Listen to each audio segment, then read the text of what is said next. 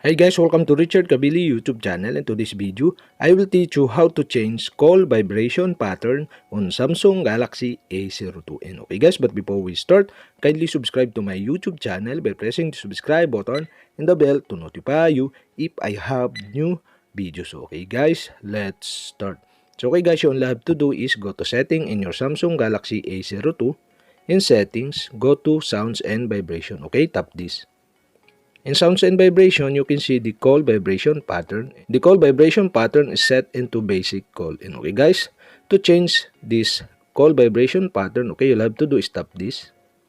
And now here you can see the option, the heartbeat, the tick-tock, the waltz, and the sig. And okay guys, I decide to set or to change into heartbeat. And okay guys, that's it. We have successfully changed the call vibration pattern on Samsung Galaxy A02. And okay guys, if you have a question, kindly comment below. And don't forget to hit the subscribe button and the bell to notify you if I have new videos. Okay guys, thank you for watching.